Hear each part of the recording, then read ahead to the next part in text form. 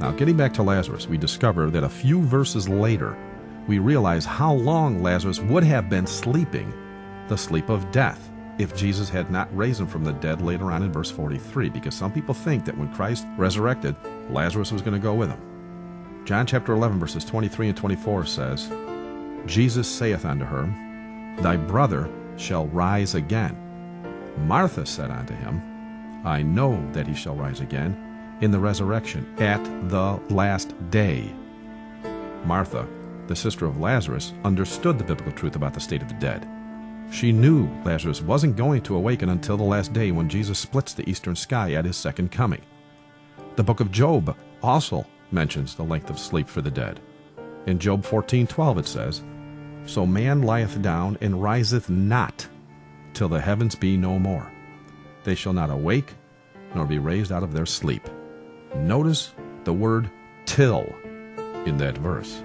This means the dead will not or cannot awaken until the last day, as Martha calls it in the previous verse. My favorite verse on this subject happens to be 1 Corinthians 15, verses 20 to 23, where it says, But now is Christ risen from the dead, and become the first fruits of them that slept. For since by man came death, by man came also the resurrection of the dead. For as in Adam all die, even so in Christ shall all be made alive. But every man in his own order. Christ the firstfruits. Afterward, they that are Christ's at his coming. Now, according to this verse, the dead in Christ will remain in their graves, awaiting the order of resurrection. What is the order, you ask?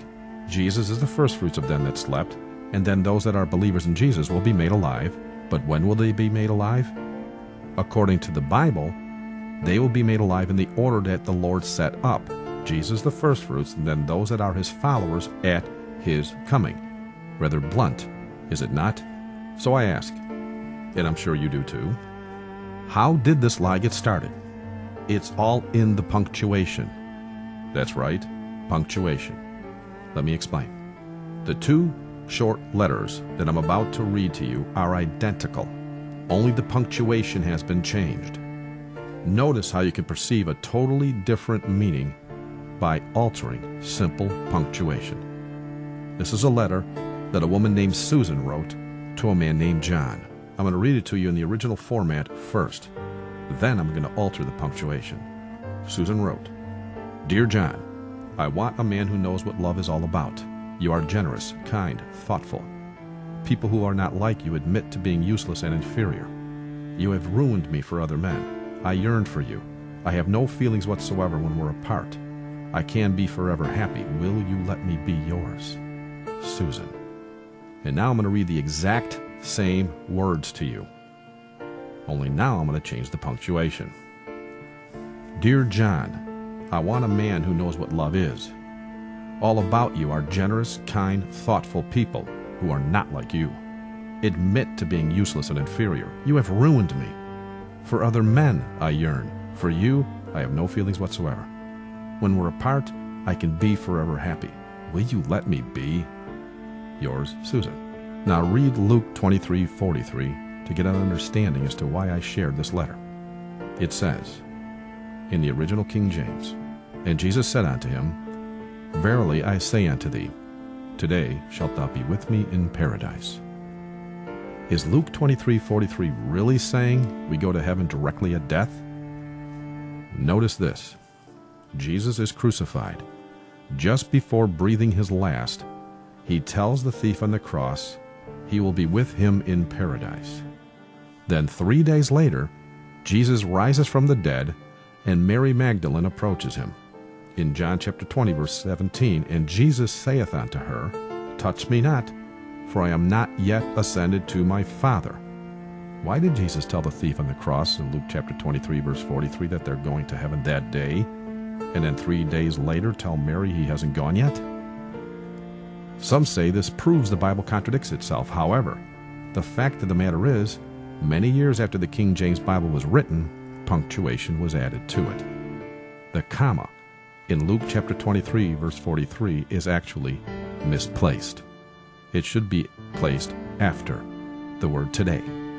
If it is left before the word today, it appears Jesus is being dishonest either to Mary or the thief on the cross. However, if it's placed correctly after the word today, he is now telling them both his truth, and no contradiction is assumed. Now let's read Luke 23:43 with the comma in the correct place. And Jesus said unto him, Verily I say unto thee today, shalt thou be with me in paradise.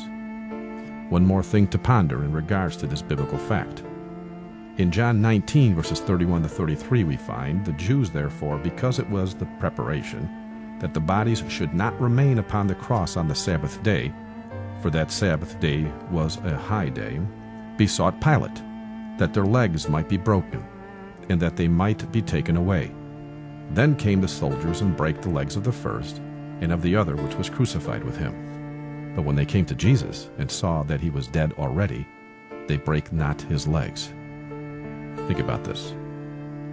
The sun is about to set. The Jews are wanting all the bodies off the cross before the high Sabbath day arrived. And a high Sabbath day, by the way, is when an annual feast day and a weekly seventh-day Sabbath land on the same day. They break the legs of the two men. The thief on the cross is one of these men. But when they get to Jesus, they find that he had already died. However, the thief didn't die that day, did he? According to the worldly Bibles with the comma misplaced, Jesus said he and the thief would go to heaven that day. Yet Jesus went a day early, didn't he? The misplaced comma can now allow for a multitude of errors and so-called contradictions that Satan can use to convince billions to view the Bible as an untrustworthy book. The devil has been cunningly busy. That's why I love the Word of God so much. It so easily proves lies to be just that, lies. When you use the preferred biblical method the prophet Isaiah mentions when defining doctrines in Isaiah 28:10, where it says, precept must be upon precept, precept upon precept, line upon line, here a little and there a little. If you use that method, you'll never be confused. Letting the Bible define itself opens it up to a grand adventure into the truth. Psalm 89:48 says,